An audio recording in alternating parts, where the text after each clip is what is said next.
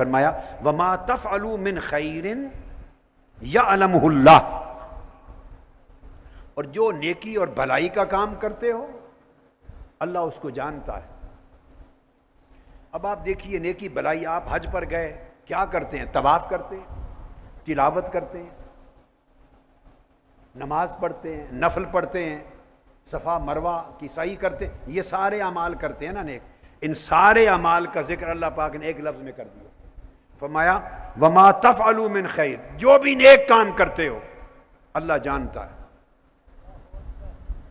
اللہ پاک نے ان کا الگ الگ کر کے نام ہی نہیں لیا، فرمایا جتنے نیک کام کرتے ہو حج پر آ کر، بھلے طواف کرتے ہو، حجر اسود کو بوسہ دیتے ہو، صفا مروہ کی سعی کرتے ہو، مینا عرفات جاتے ہو، جتنے نیک کام کرتے ہو فرمایا یعلمہ اللہ، اللہ جانتا ہے۔ خفا کے ساتھ بات کی، خفا کے ساتھ بات کی۔ یعلمہ اللہ کا معنی کیا ہے؟ وہ تمہارے اعمال کے جسموں کو نہیں دیکھتا، وہ دیکھتا ہے ان کے پیچھے روح کیا کار فرمائے، تمہارے اعمال میں صدق ہے یا نہیں، اخلاص ہے یا نہیں، تضرع ہے یا نہیں، میری طرف رجوع ہے یا نہیں۔ یعلمہ اللہ کا مطلب ہے ان اعمال کے اندر جو نیتیں اور حال چھپے ہوئے ہیں اللہ ان کو دیکھتا، اور ساتھ ہی سمر جا باری تعالیٰ ہمارے اعمال ایسے ہو جائیں کہ تو دیکھے تو خوش ہو جائے اور تو قبول کر لے تو کیا کرے؟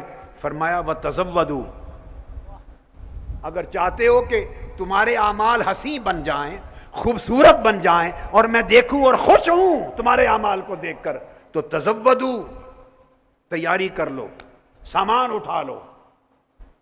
کیا سامان اٹھا لے؟ فرمایا فإن خیر الزاد التقوی، تقوی کا سامان کندھوں پر رکھ لو، پرہیزگاری کا سامان کندھوں پر رکھ لو، ایسے طرز عمل چھوڑ دو جو مجھے پسند نہیں ہے، ایسے رویے چھوڑ دو جن سے میں ناراض ہوتا ہوں، ایسے انداز زندگی چھوڑ دو جو میری ناراضگی کا باعث بنتے ہیں۔ اگر ہر قسم کے رویے بدل کر میری رضامندی والے رویے اپنا لو، فرمایا یہ بہترین زاد سفر ہے۔ فرمایا واتقون یا اولی الالباب، اور مجھ سے میرا تقوی اختیار کرو اے عقل والو۔ یا اولی الالباب کہہ کے بتایا کہ عقل کی بات ہے، اگر عقل ہوگی تو سمجھ آ جائے گی، عقل ہوگی تو سمجھ آ جائے گی۔ سب سے پہلے نئی ویڈیوز کو حاصل کرنے کے لیے شیخ الاسلام ڈاکٹر محمد طاہر القادری کے آفیشیل یوٹیوب چینل کو سبسکرائب کریں اور بیل آئیکن کلک کریں۔